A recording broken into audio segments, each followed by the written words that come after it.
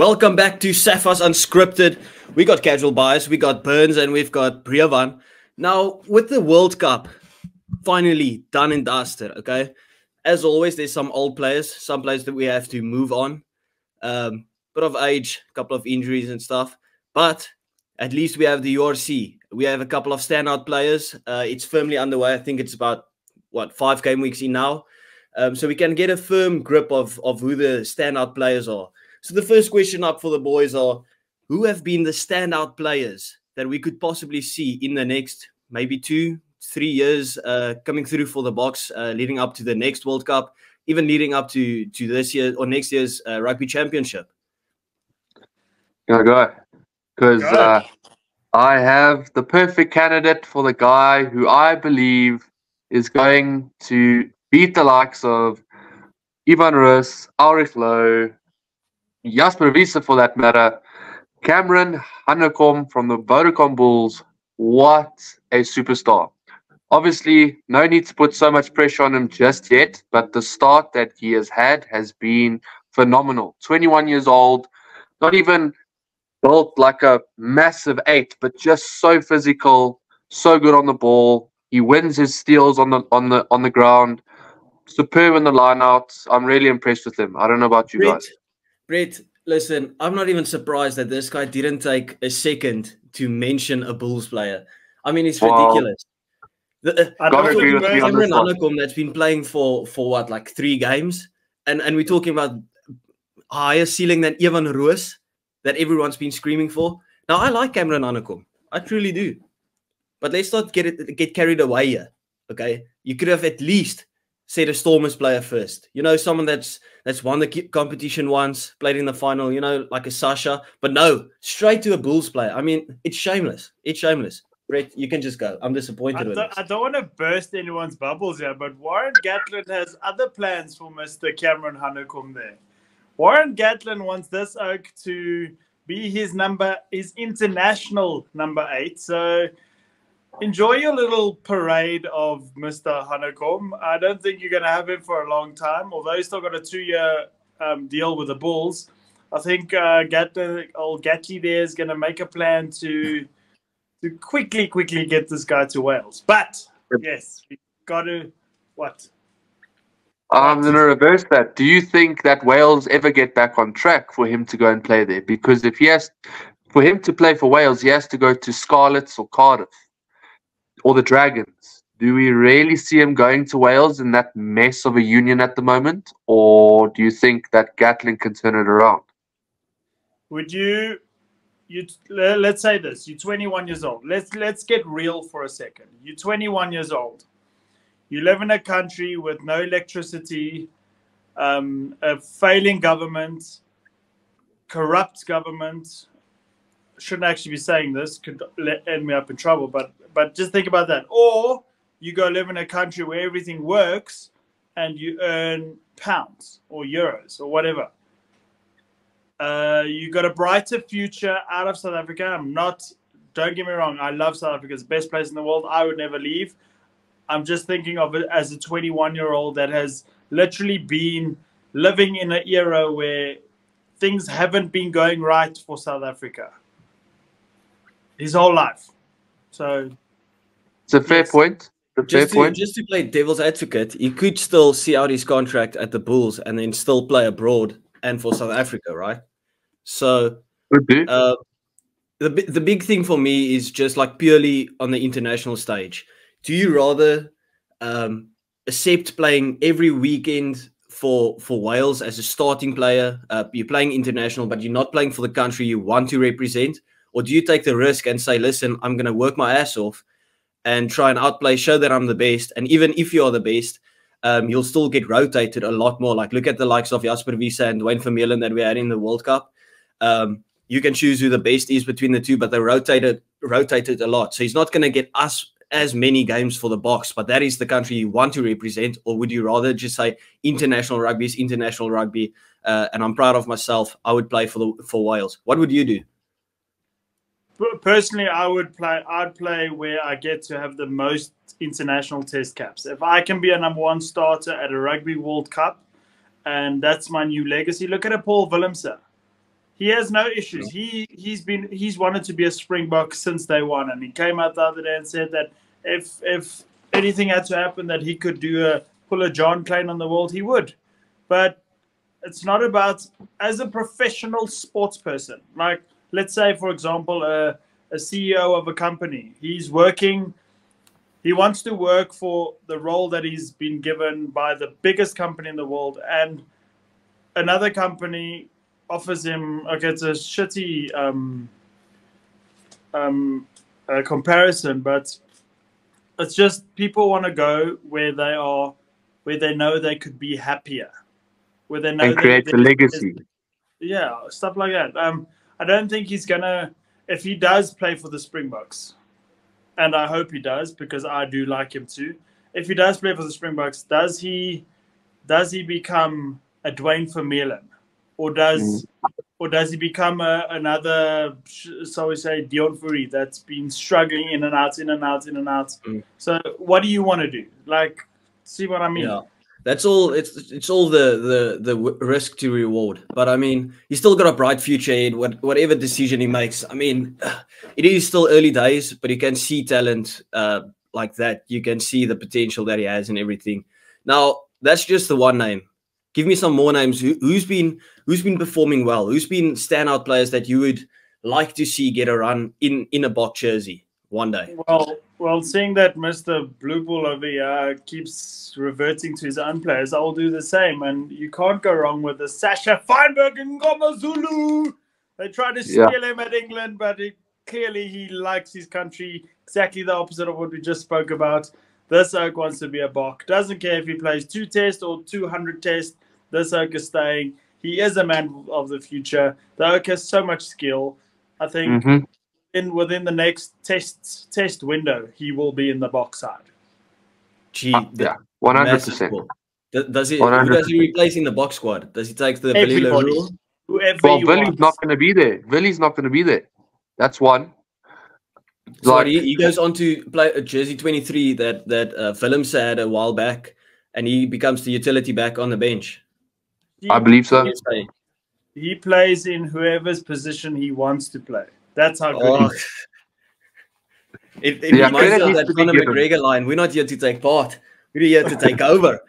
Exactly.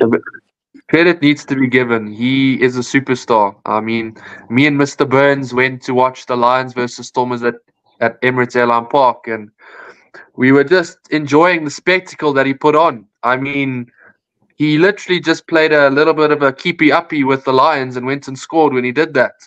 He's just an incredible talent. And in the warm-up, he's there slotting 60-meter kicks. Absolutely insane. He's a superstar. And obviously, what we like to do in South Africa is we know what they're about. We're not going to put pressure on them to be the great player that they are straight away, like they do with Marcus Smith there in England, and look how that turned out. But yeah, he's a superstar and he deserves all the credit. Yeah, the big thing is, like, what was it, last year, maybe a year and a half ago, when we had the under-20 championship there in Europe, right? And the one thing that I felt was lacking was his goal kicking, because he was the goal kicker. His radar was a bit off. But during these first couple of games that he's played for the Stormers, he's been unbelievable. It looks like he's fixed that. Of course, Manie Libbok will probably have the kicking duties when he comes back to the Stormers, because then he knows how to kick again. But that's the one thing that he was a bit rough around the edges with, and now he's back on it. So, yeah, Sasha, absolute worldie of a player. Any with the smaller franchises like the Henku van Wyks of the world? I was just about to mention Henku van Wyk. Yeah, but honestly, I don't believe that he's going to be a constant Bok, but I see someone who's really working hard at the Lions. He's being asked to play 2 different roles in his in that back line. Nohamba, he's grafting, he's working, and I don't think he's going to be this massive Bok. I can see Mr. Burns' face, but how can we not say that he would get over a Jaden Hendrickson in the Bok squad? How can we not say that? Well, Brett is a massive advocate for not having Jaden Hendrickson in the Bok squad already. So, Yes. so for him, he wouldn't think that's a big accomplishment. Yeah, I know, but that's what I'm saying. Would you not rather have? You'll probably say someone else, but let's just say the two: Nohamba, Hendrickse. Who do you put in the box squad if you had to choose one? Why are you putting so much? Why would you put so much pressure on? Why would I have to choose between one of the two when I don't want either one in the team? Yeah. But have you not been impressed with what Nohamba has done for the Lions this far? I'm not saying he is the be-all and end-all. Don't get me wrong. Obviously, there's Henku van Wyk, who's a superstar on that team. But I think Nohamba's going under the radar at the moment. If when the Lions play against a side like maybe a Leinster or a shall we say Stormers in Cape Town, or even the Bulls, when they play against the Bulls, then if Nohamba is a standout player there, then I think maybe. But to be a standout player against Scarlets and to be a standout player against nobody else, that's a bit of a concern for me. Like, I don't know why they're experimenting with him at 10. Yes, the can kick a ball, but what's that got to do with playing 10? He's not getting a backline away like he should. Maybe he runs through the hole every now and then, but that's not what a 10 should do. So people are seeing all the glitz and glamour what a fan would see, but as a coach, that's pretty much, I don't want that guy in my team. Look at this backline doing absolutely nothing. So that's my issue with Nohamba. I mean, I don't see him as a 10 at all. I agree with you on that 100%. But like I said, I believe he could do a job at 9, not necessarily for the starting box side. That's not what I'm saying at all. But there are guys ahead of him who I believe he should be ahead of those guys, if that makes sense. Yeah. So just purely on the fact you think he's better than Jaden Hendrickse, and if you had to choose one of those two for the box, you're choosing Nohamba. Probably 100%. So I just want to go back to Henku van Wyk real quick, right? So we're saying he has a big future for the box, but how do you balance out the fact that we want to see Moody at 13, but also Henku van Wyk at 13?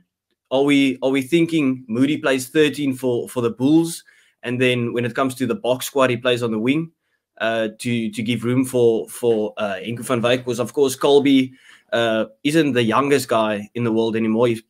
I don't know, will he make it till the next World Cup still?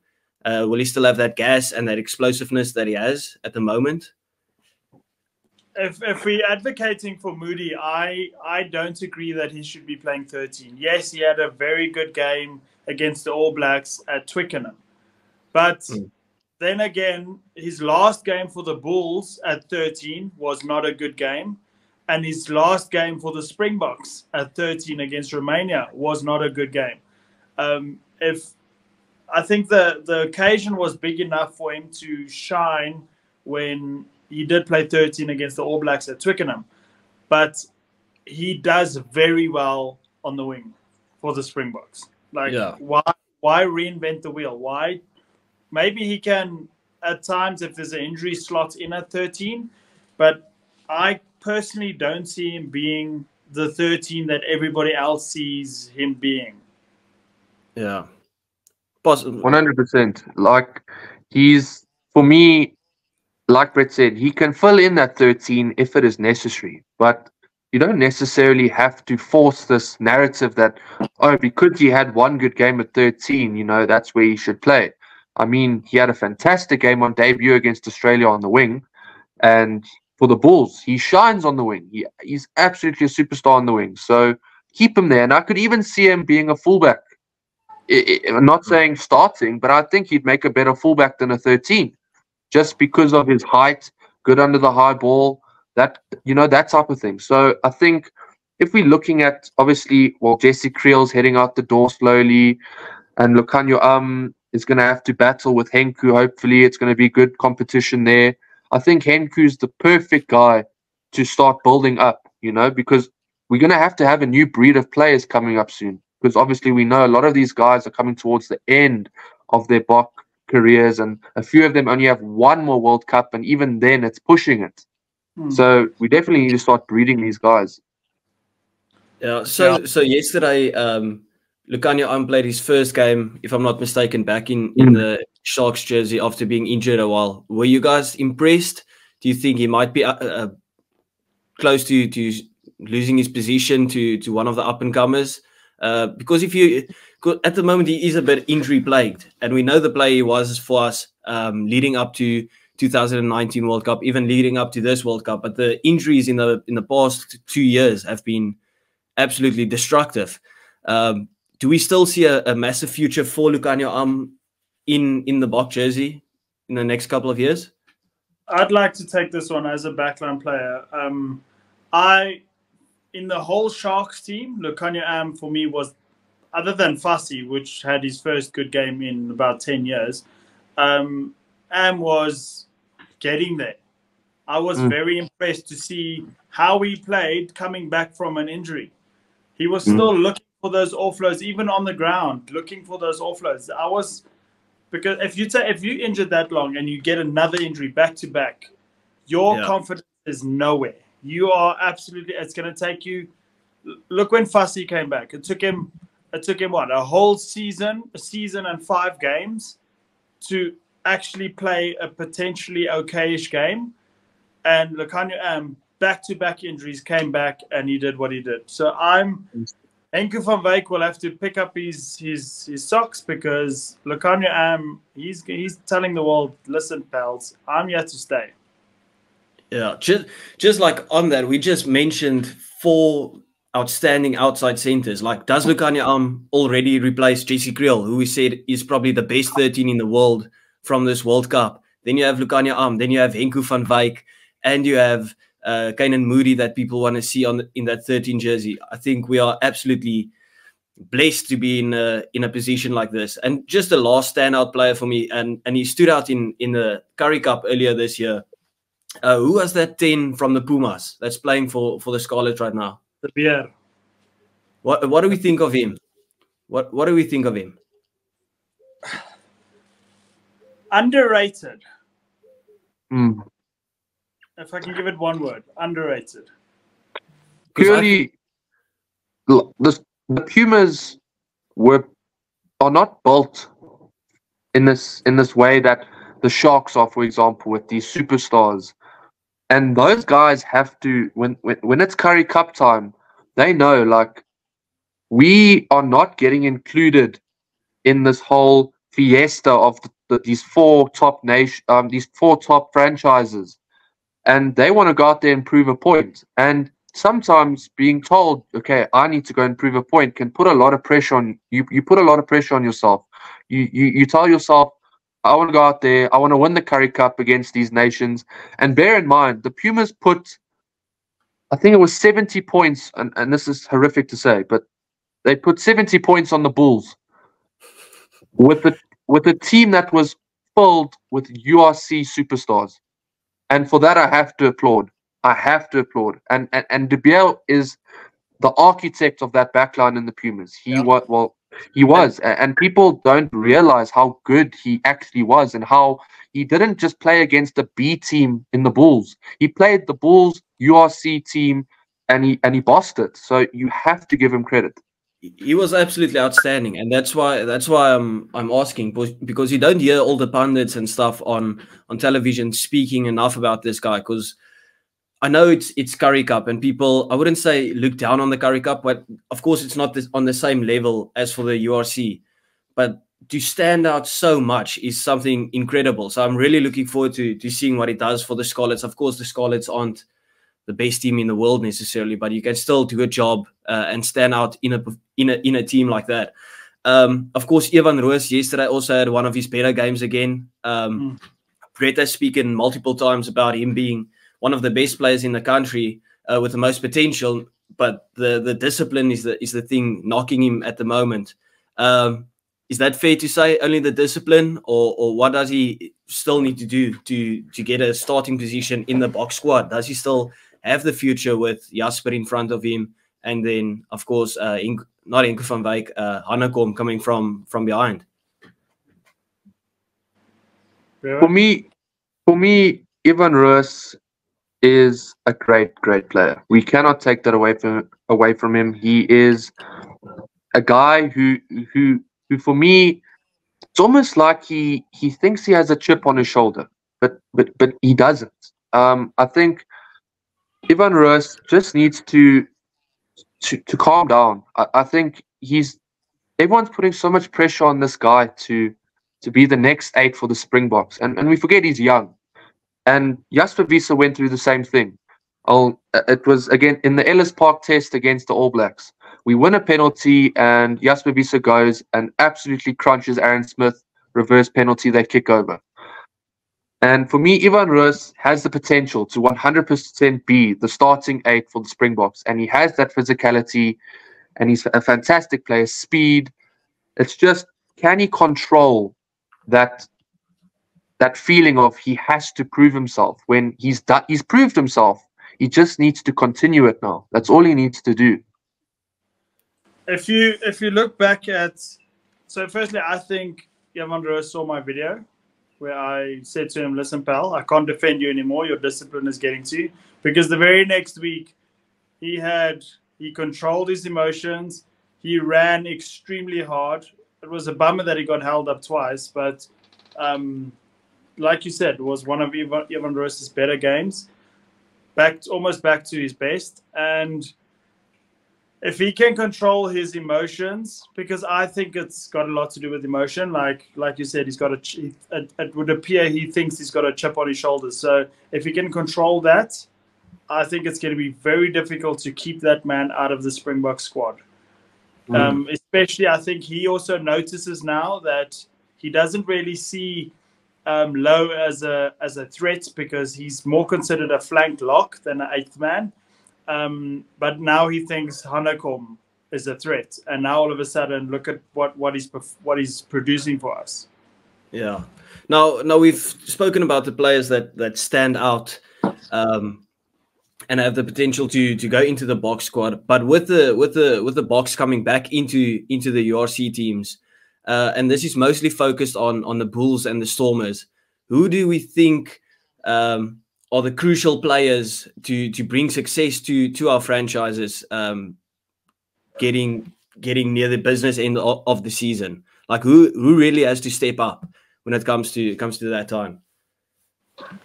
Brevin? I'll speak for the Bulls. For me, it's got to be Kirkley. He has to shine, and I'm sure he will. And as well, many people don't like the guy. Many people think he's finished. Many people think he's the worst thing since sliced bread. But Willie Leroux has the potential to really lift that Bulls backline, in the sense that his understanding of what needs to be done for a back 3, controlling the defense of that backline, knowing when to attack, when to clear. And lastly, obviously, we know Moody is... All 4 of those players are important, but Van Staden for me is a very underrated flanker. And for me, he has the potential to even push the likes of Marcel Coetzee out that team. But the thing is, Marcel Coetzee is the captain, co-captain with Ron Nokia, but Marco van Staden is a player that is heavily underrated, and he has the potential to win 5-6 turnovers a game and really take the game away from the opponent. So I think those are some really important players for the Bulls. So you say Marco van Staden is very underrated. So I think he's very fairly rated. I think he's a phenomenal player. But I do think that he is a second string player behind the likes of the people that started in the Bok team ahead of him. He is the Bulls' best flank, but I think Marcel Coetzee is extremely overrated. He's the Bulls' captain. At the moment, I agree. I cannot see. I specifically watch games these days, because when he was in his early 20s and he played for the Boks, he was phenomenal. He was one of the best in the world. But ever since he came back to the Bulls, he's been one of the worst players in the Bulls team. His discipline is out the window.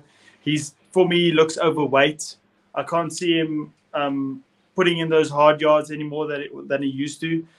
And Willie Leroux as well. I agree. obviously everyone knows I'm a big Willie Leroux fan, and Willie Leroux is very important for the Bulls going forward. Devin Williams might still start every game, and Willie Leroux will come in as a leader. Not coach. after that kick to the line he had yesterday. That was horrific. What, but 10 meters out, then he is playing well though. Besides that, I do agree. Yeah, and if we go back to the Stormers, it's very important to have Frans Malherbe back. I agree. It's the same as at the Bulls. Marshall Coetzee is captain, but he needs to make way. And the same at Stormers. Nedling Fouché is captain, but he needs to make way for Frans Malherbe because, yes, that second last scrum of the game was amazing, but you can't wait for 78 minutes and be down the whole game to put in a big shift like that. And Frans Malherbe gives you that from the start till when he gets sub. And obviously we need Moni Lebok has to come back. That's just extremely crucial. He runs that back line. They gel so well. The continuity when the game flows under Lebok is just a whole other level. Yeah, so the two players for me at the Stormers, I would agree on Moni Lebok because our attack just looks a bit dull. Like we get front football and stuff, and then it's okay, 2 phases of not really going forward, and then it's just like try and kick it, try and kick it, try and kick it. And it's very annoying because you're just outside the 22, keep on trying to get the grubbers, where Moni Lebok he knows how to unlock a defense. So him coming back would be massive for the Stormers in terms of attacking perspective. And then the big one for me is Dion Fourie. I feel we are lackluster at the breakdown. I mean, the guy is an absolute menace at ruck time. He's absolutely brilliant. And I think winning this World Cup didn't put him over the line in age. I think he comes back even more hungry to say, listen, I want to play another rugby championship. I think he wants to win a rugby championship for the Boks as well. So just to throw a curveball in this whole situation, you have Hook, and I don't know where I stand on this. I just want to ask the question. With Dion Fourie putting in the performance he did at hooker in that final, and you have the likes of Dweba, who is massively underperforming for the Stormers, do you throw a Dion Fourie at hooker for the Stormers? What are your thoughts on it? Yes. No, I'll tell you why. Because we play him at flank and then break the bank and buy Akker van der Merwe from the Bulls just to spit in their face a bit. To play him at hook. Yeah, but let's be realistic. The Bulls aren't using it. Yeah, that was silly. That was silly. I don't know why Jake didn't include him against Edinburgh, but let's just focus on that question. Let's pretend Akker doesn't exist and he's not going to the Stormers, which I doubt he will. But Brett says yes. Casual says no. Explain. No, I agree. I just said no for that other one, but I would agree other than that. Because our loosies, we've got some depth in our loosies. But our hookers are terrible at the moment. Not even at the moment, has been for quite a bit. So I don't think it's the worst decision in the world, but I don't think he wants to play hooker necessarily. I think he's put that side of him behind him. He's said, okay, listen, I'll do it to be in the Boks squad, but then that's it. Just my opinion, though. They won't play him there as well because there's 3 hookers, 3 hookers in the setup already. They won't add Dion Fourie because our flanks are good at the moment, or the Stormers' flanks are good at the moment. The players just, I don't know, their roles are different at the Stormers than it would be. It's not a test match environment. Like I've seen also yesterday with the URC as a whole so far.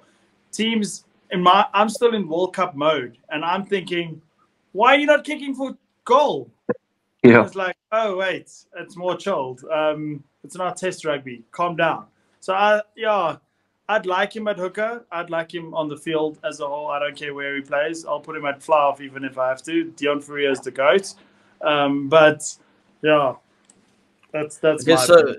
So with everyone coming back, and we're about to round off the episode, but just quick thoughts with our boys coming back. How do we think our franchises can fare this time around in the Heineken Cup? Are we thinking? Do you have any positive thoughts about the Heineken Cup? Of course, the Stormers in the pool of death.